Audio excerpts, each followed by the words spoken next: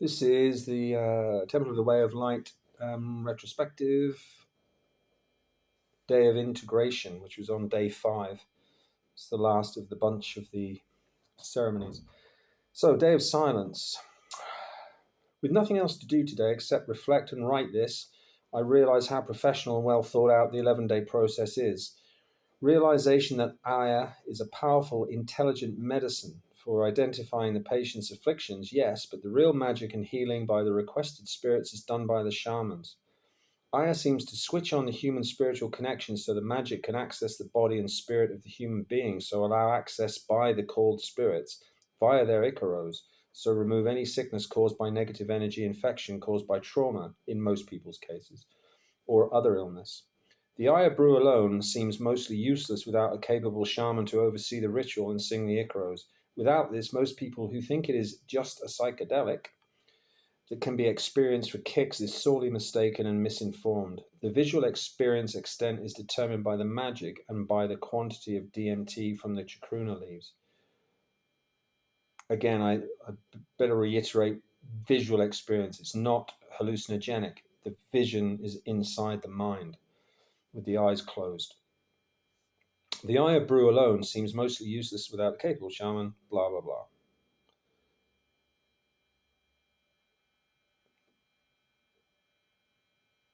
I heard this very experience direct at my hotel from a young 20-year-old guy from the Czech Republic who, with his 4 mates on a jungle tour, decided to try Aya. They found a woman in the forest who said she would provide Aya for them for $100 each.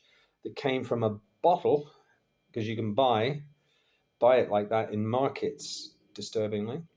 It should be prepared by magic with a qualified shaman, especially for each healing circumstance. Needless to say, but they spent $100 each to feel sick and nauseous for 6 hours with no visions or any other experience.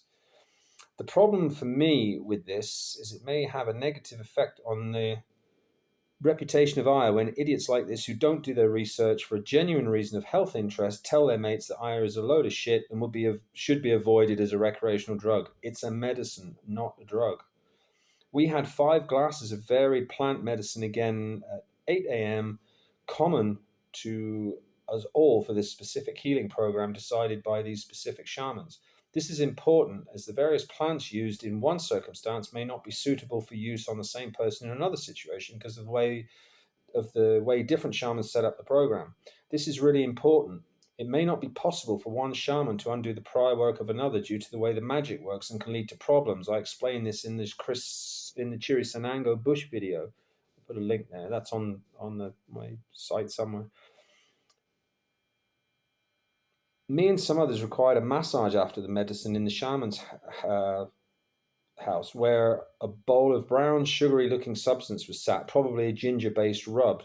It was beautifully hot in the shaman's hands and felt great when rubbed on my back. He also sucked negativity out with his inhaling of breath, the usual method as in the Maloka.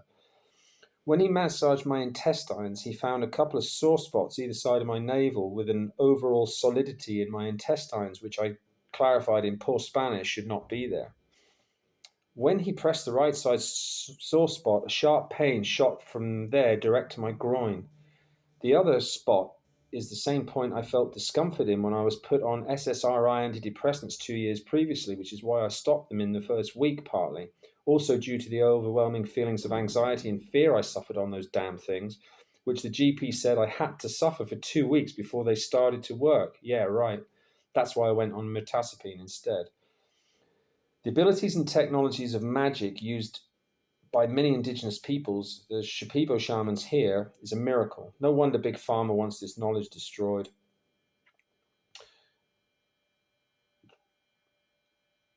True spirituality is a road paved with suffering, as I've said to a few people, but don't know where I got that line from.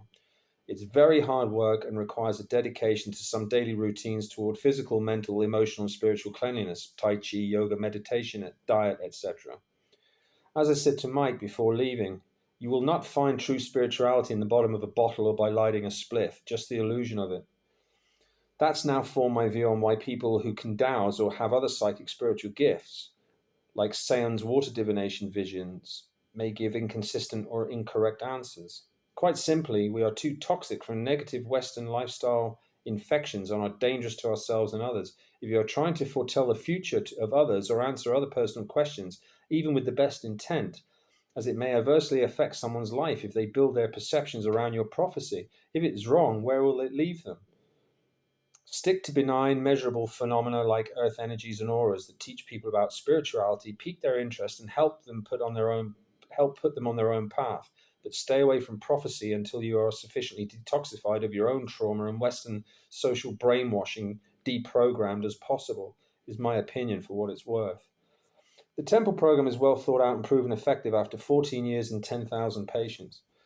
Anything cheaper may be reflected in the lack of quality of care, particularly in the vetting or not of patients accepted for treatment due to the adverse effects some people may have on others, as Bianca and I experienced with Jack and his demons at Capitari.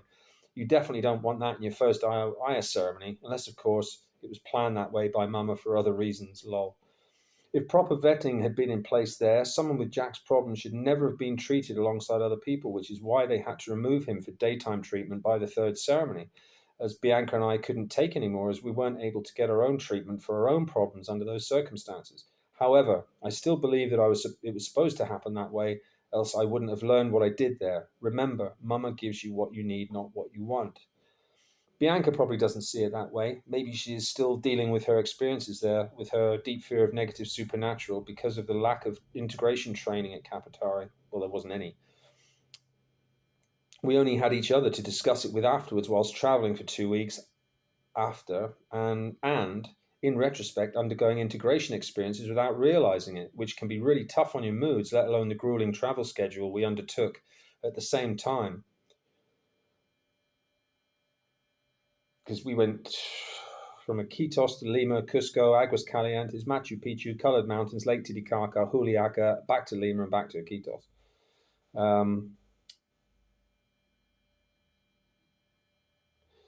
I'm now skeptical of anyone's claimed abilities of delivering truth by their spiritual gifts like dowsing, just because of the level of a lifetime of accumulated toxicity we all contain in the West, which is why I don't trust my basic seeming ability to pendulum douse. I've had too many inconsistent results.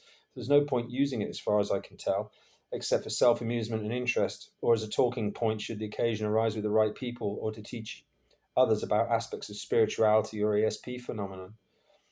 Even worse than general toxicity and far more dangerous would be people who are already toxic, then messing with black magic, ego power, and the MPD path to a dark side they probably cannot control. I've seen enough now to know the term spirituality is meaningless in many ways, as it is self-defined on an individual basis, and that is clear via Aya, as no one experiences anything remotely like the same experience as someone else. How can they, given the content of each person's mind and life experience? My conclusions, from me so far, is that spirits of many things, animals, plants, ancestors, demons, demigods, gods, all extra-dimensional in some form exist and occupy many possible realms of supernature, which overall is divided into beings from both the dark and the light side.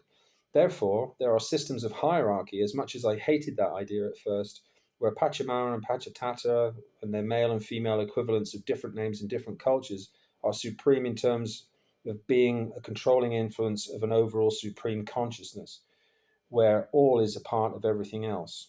There is, of course, a male equivalent who we all know as the overseer of the dark side, more of him in ceremonies 5 and 6, who I was privileged, to meet, but why me, I have no idea, except from a major lesson in unconditional love and the effect of its absence.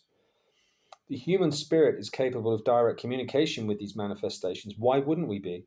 We are the same thing trapped in a human form temporarily for an experience before inevitable death. That's where there should be no fear of death, only dying that can be unpleasant, lol, as we are merely returning to where we came from originally. We can only communicate in this form under the right conditions via our own spiritual growth from circumstance. This can be via many paths: psychedelics, personal illness, near-death experiences, sufficient trauma as a qualification to get called to Aya, natural intuition, or gifts. I've met too many genuine people who can see or have had experience of ghosts, for example, to question that one. Shamanic healing magic, black magic, yeah, right, etc. If you're not willing to look at yourself and your gifts and failings honestly with an open heart that cannot lie like the mind does, then you are probably still suffering from an excess of self-preserving ego.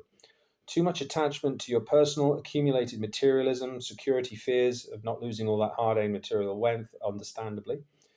Still have inclinations to buy what you want more than what you need, fear of death of yourself or others, etc.